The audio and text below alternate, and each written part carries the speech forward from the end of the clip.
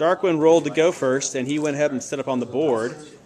I did not go to roll first, so I'm not setting up on the board. It's a 3-objective game, 1, 2, and 3 over there. And it's pitched battle, obviously 12 inches. And I decided not to set up, so my army's all over here. I've got 2 Librarian Dreads and a Death Dread, Ball Predator, a Death Company and a Razorback with a Twin Link Assault Cannon, Assault Squad with a Heavy Flamer, Twin Link Heavy Flamer, another Twin Link Flamer, another Ball Predator, a Vindicator, another Twin Link Heavy Flamer Honor Guard Squad and Razorback, a bunch of jump back guys with a Librarian and a Sanguinary Priest, Death Company behind them, and some other guys and dice and everything else. Nick has 2 Ball Predators, Vindicator, 2 Twin Link Glass Cannon Razorbacks, Jump Squad back behind there, another Jump Squad back there behind there.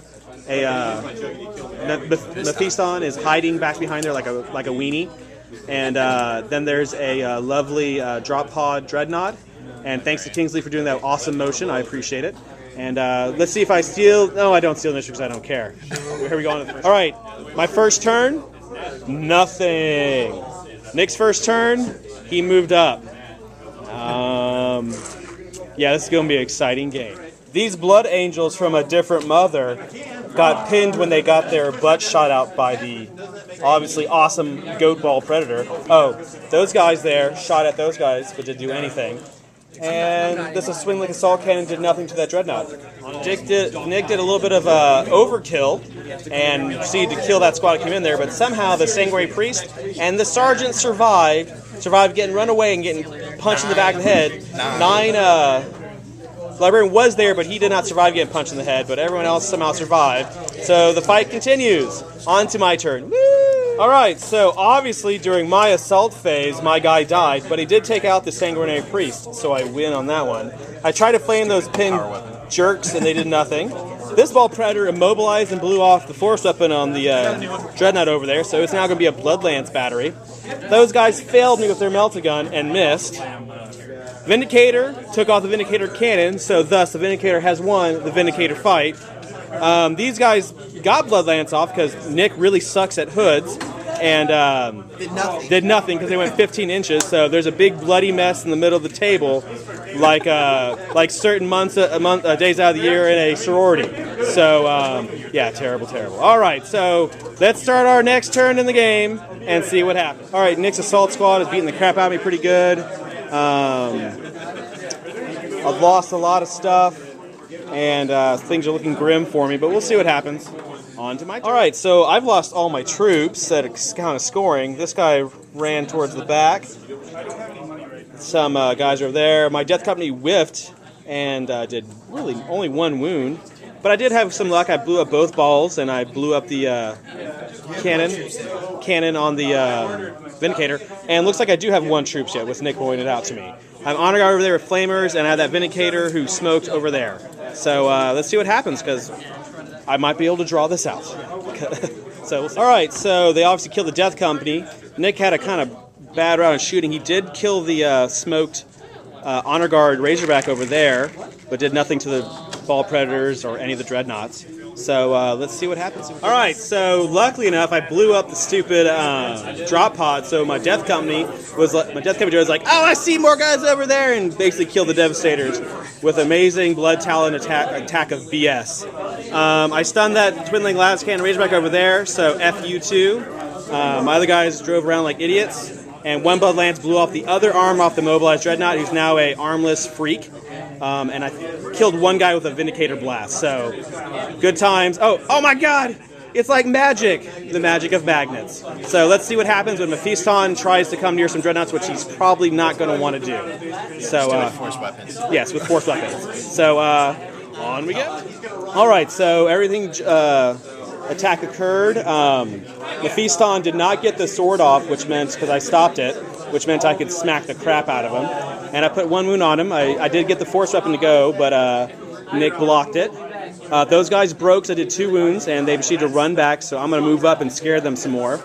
I've got some other guys, and it's on to, by the looks of it, turn 5 now. This is bottom of turn 5. Turn 4. 5. Yeah, bottom of turn 5, and we'll be rolling after this. Turn didn't end, so on we go. I saw those guys killed someone by 3. Those guys kept running back, and 3 guys died from flying through terrain. That guy ended up getting can't shoot anymore, so he's gonna not be psych power. Mephiston took off the other power up and blew up the one guy because he did get the wings off, or did get the sword. And on there, and my assault cannon Razorback proceeded to immobilize itself, while the other ball predator did not do anything to that Razorback over there. So game's over. Game is over, and I barely won with 1 objective to Nick's 0, like a jerk. All right, so my turn was wonky because I had shot that 18-inch driving Vindicator a whole bunch, and I immobilized it, and then I saw the crack grenades. Nick did pitiful with his crack grenade assault. My ball predator shot that one, immobilized it, and then I'm keeping chasing guys off, and my honor guard survived the assaulting the other guys. Mephiston's a punk, and proceeded never to cast a spell because having 3 hoods on the table is kind of awesome if you're playing against a psychic heavy army. All in all, good game. We'll have a little talk afterwards about kind of what we think of this and how we think of Blood Angel. Goatboy here. Fun game as always with Darkwynn. We were kind of goofing around a lot of Blood Angel stuff.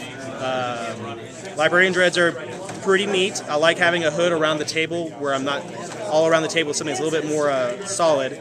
I kind of wish I had more troops because I felt that I was under troop and I was in the worry of being wiped out and having to go for a tie. Ball Predators outflanking were great.